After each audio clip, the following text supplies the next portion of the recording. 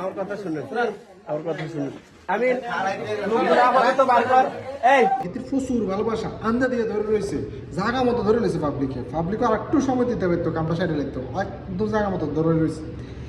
প্রবাসীরা রক্ত মাখা টাকা দিয়া দেশে ফাড়ায়, ওইটা দিয়ে ভাজা বুড়া খায়, ভালো ভালো জায়গায় যায়, ভালো মোবাইল চালায়, ভালো পোশাক পরে, ওইগুলো থেকে প্রচুর কুরকুরানি জন্মায়, এবার সামনে আগে পয়সা ডাইনে ভাই যা পায় তা দিয়ে কাম লাগালে ভাই চোদের বাচ্চারা।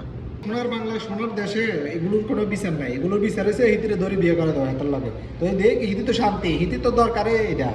তো এই হ্যাঁ কী করবো, জামার টিয়া পয়সা খাইয়া সেই সন্তান বাদ দিয়া ওই আরেকটার লগে বিয়ে করে দাও, এই দুজনে বেড়া আলাতুর খেলাইব, এই হচ্ছে কাম। এটা কোনো এডিটে যদি কোনো কয়েকটারে গাড়াইয়া পাথর মাইরা রাসূল সাল্লাল্লাহু আলাইহি সাল্লামের আমলে এবং পুরানো সুন্নাহর আইন অনুযায়ী যদি মানে এগুলোকে বিচার করতো, তাহলে এগুলো আর হইতো না।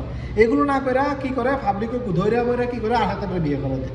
কি হলো যে লাভ এই কদু মাঝখান দিয়ে লস, প্রবাসী মাঝখান দিয়ে লস, মাঝখান দিয়ে সন্তানের জীবন শেষ, সংসার শেষ, সব কিছু শেষ। শুধুমাত্র হেতি আর হাতে কয়দিন কুমাকুবি করবো, কয়দিন খেলাকুলি দূরে করবো, এরপরে শেষ, এরপরে দুজন দিকে যাবো, লাইফ শেষ। এইগুলোই ফরেস্ট ডাকাতি করে, এগুলোই ওই ভবিষ্যতে টিকিট বেছে। এই হচ্ছে বাংলাদেশের সঠিক বিচার নাই বিধায় এগুলো দিন দিন বাড়তেই আছে, এই চুতিয়াগিরি।